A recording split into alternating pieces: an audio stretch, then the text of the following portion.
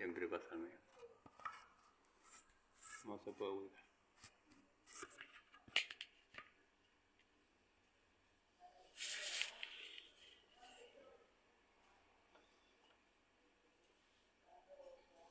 Pero bueno, no se cae. Por ustedes estoy sacrificando mi celular nuevo, amigos. Pero bueno, ahí está el... Vamos a mirar. Igual nadie lo va a tocar, estoy viendo cómo se condensa el vapor para que vean que calienta bien.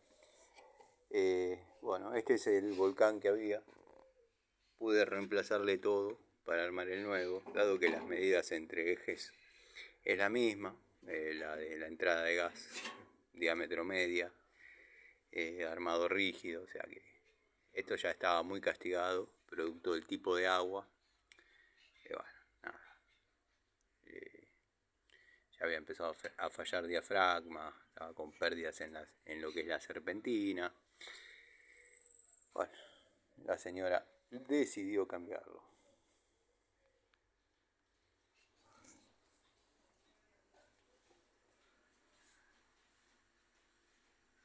Ahí le puse el tiraje de aluminio corrugado hasta arriba.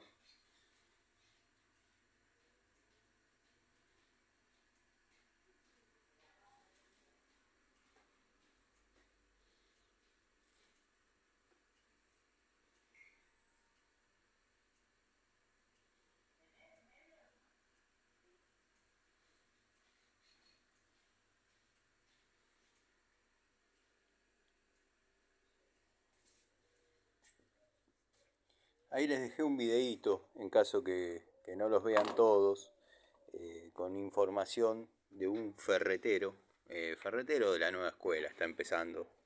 Venía con conceptos antiguos sobre marcas amigas del canal, irónicamente, ¿no?